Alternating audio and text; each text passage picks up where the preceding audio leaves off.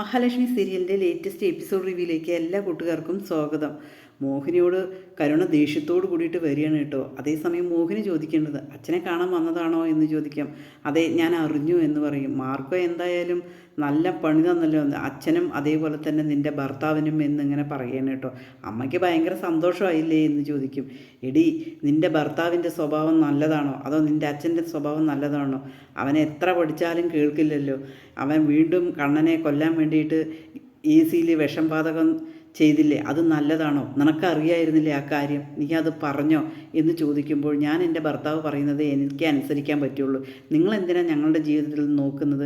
നിങ്ങളുടെ മോള് സന്തോഷമായിട്ട് ജീവിക്കുന്നുണ്ടല്ലോ. ഓ, കല്യാണം വന്നപ്പോൾ എന്തൊരു സങ്കടമായിരുന്നു. മോളെ കാല് നൊണ്ടിയൊക്കെയാണ് കല്യാണം കഴിച്ചു കൊടുക്കുന്നത് എന്ന് പറഞ്ഞിട്ട് ശരിക്കേ എൻ്റെ അച്ഛനും അതേപോലെ തന്നെ അമ്മാവനും കാരണമാണ് നിങ്ങളുടെ മോൾക്ക് നല്ലൊരു ജീവിതം കിട്ടിയത് എന്ന് പറയും കേട്ടോ. അതേസമയം മോള് ചെറിയ കുഞ്ഞായിരിക്കുമ്പോഴേ അവളെ നിൻ്റെ അച്ഛൻ രണ്ടാനച്ഛൻ്റെ പോരെടുത്തിട്ട് അവളെ എന്തുപോലെ ദ്രോഹിച്ചിട്ടുണ്ടെന്നറിയോ? അവൾക്കൊരു നിയോഗമാണ് കണ്ണനെ കല്യാണം കഴിക്കണമെന്ന്. അതുകൊണ്ടാണ് എൻ്റെ മോൾക്ക് നല്ല ജീവിതം കിട്ടിയത് എന്ന് പറയും. അത് ശരിയാണ്, അമ്മയ്ക്കതിൽ സന്തോഷമുണ്ടല്ലോ. ഭയങ്കര സങ്കടമായിരുന്നല്ലോ മോളെ നൊണ്ടിക്കാലിനാണ് കല്യാണം കഴിച്ചത് പറഞ്ഞിട്ട്. ഇപ്പം എൻ്റെ ജീവിതം എന്തായി? അവൾക്ക് നല്ലൊരു ജീവിതമായി, എൻ്റെ ജീവിതം നാശമായി എന്ന് പറയും. നിൻ്റെ ജീവിതം ഒരിക്കലും നാശമായിട്ടില്ല. അവനെന്തോ ഒരു കുഴപ്പം, അവനൊരു കുഴപ്പമില്ലല്ലോ എന്നിങ്ങനെ പറയണം കേട്ടോ. അവൻ്റെ സ്വഭാവം നീ മാറ്റിയെടുക്കണം എന്നിങ്ങനെ പറയണം കേട്ടോ.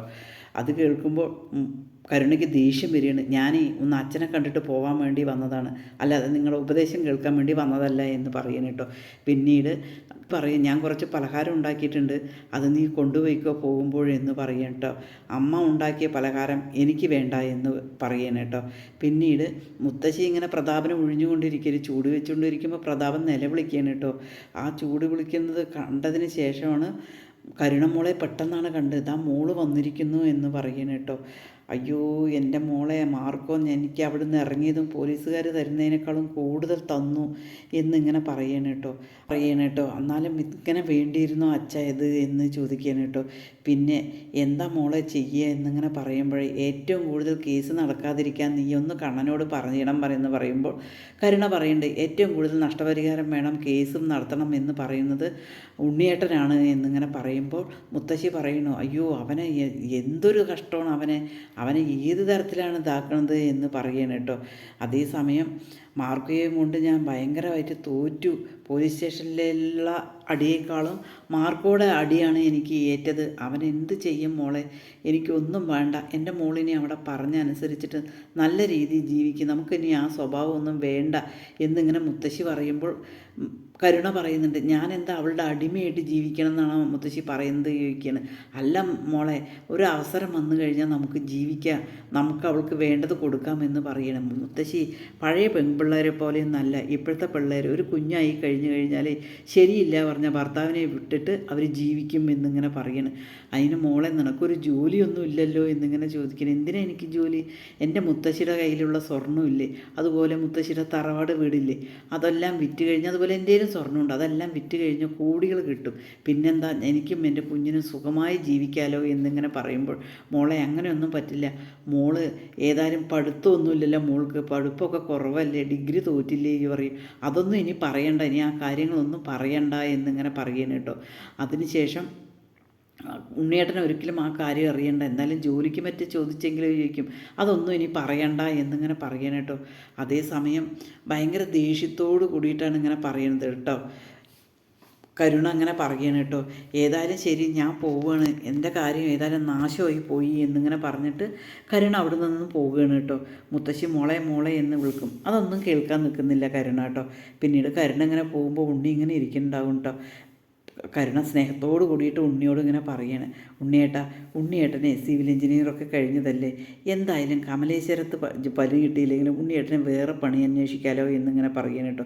അതേസമയം ഞാനിപ്പോൾ ആദ്യം ഒന്ന് എഴുന്നേറ്റോട്ടെ എന്നിട്ട് പണി അന്വേഷിക്കുക എന്നിങ്ങനെ പറയാം. അല്ല ഉണ്ണിയേട്ടാ, ഇവിടുന്ന് നമ്മളെ പറഞ്ഞയച്ചാൽ എൻ്റെ മുത്തശ്ശിയുടെ വീടുണ്ടല്ലോ, അവിടെ പോയി നമുക്ക് ജീവിക്കാം. കാരണം എനിക്കിപ്പോൾ ഇവിടെ പണിയൊക്കെ പഠിച്ച കാരണം എനിക്ക് അത്യാവശ്യം പണികളൊക്കെ ചെയ്യാനുള്ളതും എനിക്കറിയാമായിരുന്നു.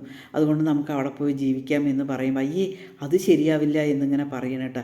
അത് എന്തുകൊണ്ടാണ് ശരിയാവുന്നില്ല എന്ന് ചോദിക്കുമ്പോൾ അത് പറ്റില്ല, കാരണം കണ്ണേട്ടനാണ് ഇവിടുത്തെ കാര്യങ്ങളെല്ലാം നോക്കുന്നത്, അതേപോലെ തന്നെ അങ്ങോട്ടേക്ക് പോയാൽ മതി എന്ന് പറയുമ്പോൾ കരുണയ്ക്ക് ദേഷ്യം വരും കേട്ടോ.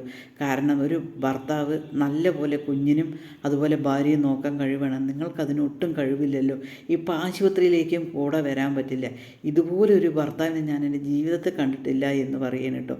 അതേ സമയത്ത് നിനക്ക് അന്നറിയില്ലായിരുന്നോ, നിനക്ക് ഞാൻ എങ്ങനെയുള്ളതാണ് എന്താണ് എന്നുള്ളത് നിൻ്റെ മുത്തശ്ശി പറഞ്ഞിട്ടാണല്ലോ ഞാൻ വീണ്ടും വിളിച്ചിട്ട് വന്നത് എന്നിങ്ങനെയെല്ലാം പറയണം കേട്ടോ. ആകെ കരുണയ്ക്ക് ഒരു നിരാശ വരികയാണ് കേട്ടോ. എന്ത് പറഞ്ഞാലും ഉണ്ണിക്ക് സ്വത്തും മുതലും മാത്രമേ ഉള്ളൂ, അല്ലാതെ വേറെ ഒരു കാര്യമില്ല. കരുണയ്ക്ക് എന്ത് ചെയ്യണമെന്നറിയില്ല കേട്ടോ. അത്രയും നിരാശയോട് കൂടിയിട്ടാണ് കരുണ ഇരിക്കുന്നത്. അതിനുശേഷം കരുണ താഴേക്ക് വരുമ്പോൾ ദുർഗ ഭക്ഷണമൊക്കെ എടുത്ത് വെച്ചിരിക്കുകയായിരിക്കും കേട്ടോ. കരുണയോട് ചോദിക്കും, എന്താടി പോയിട്ട് നിൻ്റെ അച്ഛനെ കണ്ടോ എന്ന് ചോദിക്കും. കണ്ടു എന്ന് പറയണം കേട്ടോ. എന്താ നല്ല പോലെ കിട്ടിയില്ലേ എന്നിങ്ങനെ പറയുമ്പോൾ അമ്മേ എങ്ങനെയെങ്കിലും ഈ കേസൊന്നും ഒഴിവാക്കാൻ പറയൂ, എൻ്റെ അച്ഛനാ ലോറിയും കോറിയും എല്ലാം വിൽക്കേണ്ടി വരും, അതൊക്കെ കണ്ണേട്ടനെ എടുത്തോട്ടെ എന്നിങ്ങനെ പറയണം കേട്ടോ. ഒരിക്കലും നടക്കില്ലടി, എൻ്റെ കണ്ണനാണ് ആ കേസ് വാദിക്കുക. കാരണം വിശ്വേട്ടനെ കൊന്നിട്ട് ആ കേസ് കണ്ണനെ ബാധിക്കുക, അവൻ നഷ്ടപരിഹാരം വേണം എന്ന് പറഞ്ഞെങ്കിൽ ആ നഷ്ടപരിഹാരം കൊടുത്തേ തീരുള്ളൂ എന്ന് പറയണം. പിന്നെ നിൻ്റെ ഭർത്താവിനല്ലേ നഷ്ടപരിഹാരം വേണം പറഞ്ഞത്, എന്തായാലും അത് കൊടുത്തേ പറ്റുള്ളൂ എന്നിങ്ങനെ പറയണം കേട്ടോ. അതേ സമയത്ത് കണ്ണൻ അങ്ങോട്ടേക്ക് വരികയാണ്. കണ്ണനോട് ദുർഗ പറയും, മോനെ ഇവള് കേസ് എങ്ങനെയെങ്കിലും ഒഴിവാക്കണം എന്നാണ് പറയണത് എന്ന് പറയുമ്പോൾ കണ്ണൻ പറയും, ഒരിക്കലുമില്ല, കാരണം നിൻ്റെ അച്ഛന് പൈസ ഇല്ലാതിരിക്കുമ്പോൾ ഈ കൊട്ടേഷൻ പൈസയും കൊണ്ടാണ് നിൻ്റെ അച്ഛന് ഒരുപാട് വളർന്നത്. അതിൻ്റെ അർത്ഥം എൻ്റെ അച്ഛനെ കൊന്ന പൈസയും കൊണ്ടാണ്. അതുകൊണ്ട് ആ കേസിൻ്റെ പൈസ തീർച്ചയായും നഷ്ടപരിഹാരം കിട്ടണം എന്ന് പറയുകയാണ് കേട്ടോ. അതിനുശേഷം കണ്ണൻ പറയേണ്ടത്, നീ എന്തായാലും ഇവിടുന്ന് മാറി താമസിക്കാൻ റെഡിയായി ഇരുന്നോ എന്നിങ്ങനെ പറയുകയാണ് കേട്ടോ. കാരണം നിൻ്റെ മനസ്സിനെ അതിനെ പാകപ്പെടുത്തണം, ഞാൻ അവനോട് പറഞ്ഞിട്ടുണ്ടല്ലോ എന്നിങ്ങനെ പറയുമ്പോൾ കരുണ പറയാണ്, ഞാൻ ഇവിടെ നിന്ന് മാറിപ്പോയി കഴിഞ്ഞാൽ എൻ്റെ കഴുത്ത് താലി കെട്ടിയവന് എൻ്റെ കുഞ്ഞിനെ നോക്കാനോ എൻ്റെ ചികിത്സയ്ക്കോ ഒന്നിനും എന്നെ കൊണ്ട് പറ്റില്ല കണ്ണേട്ട, ഞാൻ എന്ത് ചെയ്യും എന്നിങ്ങനെ പറയുകയാണ് കേട്ടോ. അതേസമയം കണ്ണൻ പറയേണ്ടത്, നിനക്ക് അത് ഒരു നല്ല കാര്യത്തിന് വേണ്ടിയിട്ടാണ് അവനോട് മാറാൻ പറയുന്നത് ഞാൻ ഇന്ന് നിനക്ക് മനസ്സിലാക്കിക്കോളും. കാരണം നിന്നെ ഇവിടെ പണിയെടുപ്പിച്ചത് മഹി, നിങ്ങൾ രണ്ടുപേരും എവിടെയെങ്കിലും മാറി താമസിച്ചെങ്കിൽ കൂടി നിങ്ങൾക്ക് ജീവിക്കാൻ വേണ്ടിയിട്ടാണ്. അത് നിനക്ക് മനസ്സിലാവില്ല, പക്ഷേ എപ്പോഴെങ്കിലും നിനക്കത് മനസ്സിലാവും എന്നിങ്ങനെ പറയണം കേട്ടോ. കാരണം ആകെ മൊത്തം വിഷമത്തോട് കൂടിയിട്ടിരിക്കുകയാണ്. കാരണം മഹി ഇവിടെ വരുമ്പോൾ അവൾക്ക് ജീവിക്കാനുള്ള സാഹചര്യം വേണം, അതുകൊണ്ടാണ് ഞാൻ മാറണമെന്ന് പറയുന്നത് എന്ന് പറയണം കേട്ടോ. പിന്നീട് ദുർഗ കണ്ണനോട് ഇങ്ങനെ പറയണം, കണ്ണ അത് മുത്തശ്ശിയുടെ സ്വർണവും അതേപോലെ ആ തറവാടും എല്ലാം എഴുതി കൊടുത്തിട്ടുണ്ട്, പക്ഷേ മോളൊന്നും അറിഞ്ഞിട്ടില്ല എന്ന് പറയുന്നത്. മോളറിയാതെയാണ് മുത്തശ്ശി അതെല്ലാം എഴുതി കൊടുത്തിരിക്കുന്നത് എന്ന് പറയുമ്പോൾ കണ്ണൻ പറയണേ, ഇവർക്ക് ഇത്രയും വിവരമില്ലാതായോ, ഇവൻ്റെ സ്വഭാവം അവർക്ക് അറിയാവുന്നതാണല്ലോ എന്ന് പറയണം കേട്ടോ. അതിനുശേഷം കണ്ണൻ വന്നിട്ട് ഉണ്ണിയോട് ചോദിക്കുകയാണ്, ഉണ്ണി നീ അത് സ്വത്തും അവരുടെ സകല സമ്പാദ്യം നീ എഴുതി വാങ്ങിയോ ചോദിക്കും. പിന്നെ എഴുതാതെ ഞാൻ അവളെ ചന്തം കാണാൻ വേണ്ടിയിട്ടാണോ ഇങ്ങോട്ടേക്ക് കൊണ്ടുവന്നത് എന്ന് പറഞ്ഞിട്ട് രൂക്ഷതയോട് കൂടിയിട്ട് കണ്ണനെ നോക്കുന്നത് കാണിച്ചിട്ടാണ് എപ്പിസോഡ് അവസാനിക്കുന്നത്. ഈ ചാനലൊന്ന് ലൈക്ക് ചെയ്ത് ഹൈപ്പ് ചെയ്ത് സപ്പോർട്ട് ചെയ്യണേ.